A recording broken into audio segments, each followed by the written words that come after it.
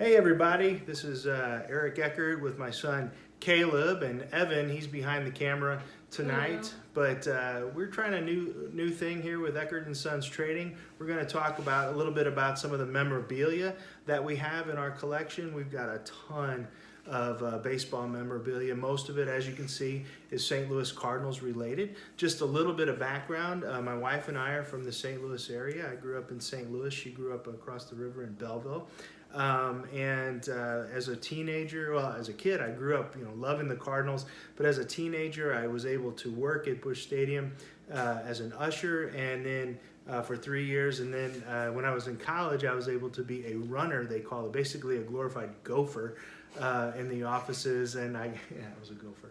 I go for this, go for that. And so I was able to hang around Busch Stadium and learn a lot about the Cardinals and see them face to face and enjoy them. And also my mother worked in the accounting department for the St. Louis Cardinals from 1992, which was their centennial year, to 1998, which was McGuire's big year. We all had season tickets and we were at the Cardinals games all the time and working them and everything. Anyway, so tonight, just want to share a little bit about Ozzie Smith. Ozzie Smith was my absolute favorite player that I got to see play live growing up. He was magical to me. They called him the Wizard, and he was absolutely magical. The stuff he was able to do on the field as a shortstop, I don't think we'll ever see again, frankly, honestly. He was so acrobatic. In fact, there's a thing I have here of him doing his backflip. And this is a little card holder that I have with an autographed Ozzie Smith card that I got back in the day. But he would come out and do these backflips before the games, especially opening day. That was kind of his thing, and I know they got less frequent when he got older. But Ozzie Smith, I did a little rundown on his playing career. He did 19 seasons. He started off with the Padres, and he's still very much loved in San Diego as a Padre. The Cardinals got him in 1982. We traded a pretty good shortstop named Gary Templeton. A lot of people thought that was a bad trade, but the Cardinals fans were soon to find out that it was an awesome trade to have Ozzie Smith as our shortstop. Ozzie was aided by a wonderful team back in the 80s, but he also he was aided by AstroTurf, and so he made some incredible plays on that AstroTurf, and he was an amazing player. So some of the things that I'll share with you tonight, just real quickly, is one of the prized possessions that I have is an autographed Ozzie Smith game-used bat. As you can see here, it was his bat, and it's autographed right here. On the end of it, it says Oz. You can kind of see that on the end, and on the bat knob, it says Oz as well, O-Z. It's cracked right here. You can see where the pine tar was. This was something I received back in 1996, I believe, or 1995 or 96. I think it might have been 95. He retired in 1996. But Ozzie was just this magical guy. When I would go to the baseball game, go to Busch Stadium, I always thought for some reason that Ozzie Smith was going to hit a home run or do something magical. But the interesting thing was Ozzie Smith wasn't a home run hitter. In fact, he had under 30 home runs his entire career, I believe. I think he had 28. But he just seemed like he could do anything. And when I was an usher and working at the ballpark, I would watch Ozzie Smith. He would take batting practice, and he didn't swing for the fences, but what he did was he was a switch hitter, and he could put the ball anywhere he wanted on the field. And that's what it seemed like he would practice during batting practice. The other thing that was interesting is I remember watching him take fielding practice with Red Schoendienst. Red Schoendienst is the Hall of Famer player, second baseman and manager for the Cardinals, and he died a few years back. But Red would do he had this great fungo bat, and he would hit left-handed, he'd flip the ball up, and he'd hit a grounder to Ozzie Smith. Ozzie Smith would field the ball so seamlessly. It was just beautiful the way he did it. And I remember watching him one day, and I kid you not, he would take the ball, field it, and he'd do a hook shot, and there was a 5-gallon bucket sitting out by second base, and they would land in that bucket. The man had magic hands. He was so fun to watch. So I have this bat, which is really cool.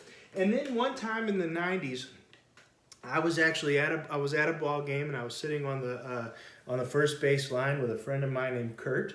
And interestingly, it was the loge section. It was our season tickets. My mom and stepdad happened to be down in the field box seats, and my dad and my grandfather were actually up in the nosebleed seats.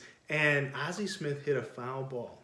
And the only person who could have caught it in that entire stadium, because it was dropping into one of the hallways, was me, or into the tunnel. And I reached over that wall and I caught a foul ball hit by Ozzie Smith. And so this is the ball that was hit by Ozzie Smith.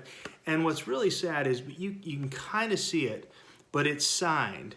It says, I mean, it's really cool, but it's sad that it's faded. It's signed by Ozzie Smith, but here it says, "To Eric, good luck and great catch, Ozzie Smith." Very exciting. My mom was able to get the ball signed for me, and I actually have a certificate as well for catching that ball. So that was really special to me, to catch the foul ball of one of my heroes and to have him sign the ball. But it's interesting when you collect things, especially signed baseballs. I've had a number over the years that you get them signed and it's very exciting, but the autograph fades.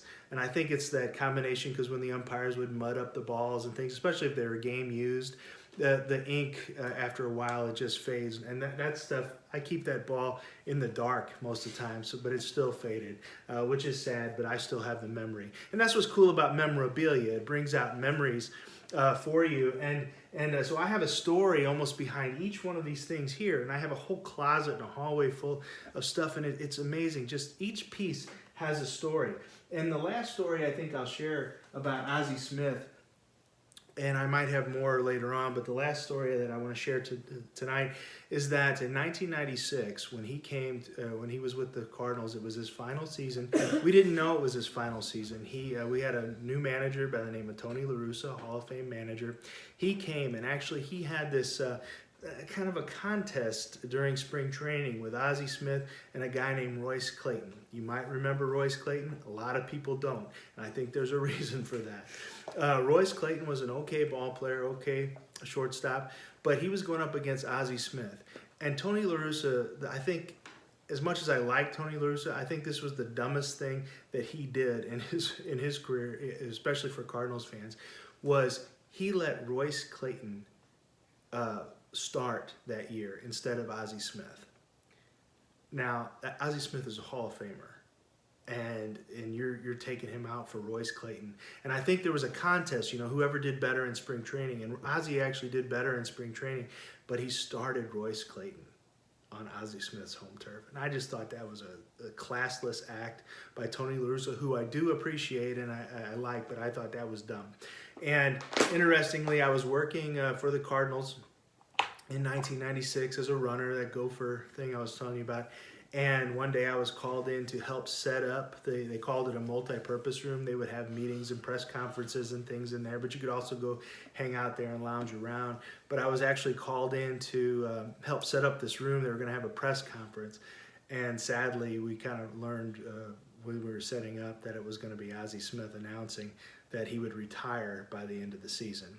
The Cardinals went on to do great things that season, actually. They beat the San Diego Padres in the playoffs, and then they played the Atlanta Braves. But unfortunately, we were up 3-1 against the Braves in games, and the Braves came back and won the last three. They had Smoltz and Glavine and all those guys that year, and they were just amazing. But the Cardinals ended up losing, and Ozzie Smith didn't get to go to the World Series. But we have great memories of Ozzie from the 82 World Series, 85, 87, and he just did spectacular things. So we love Ozzie Smith, and this was a team-signed ball because it has La Russa on it.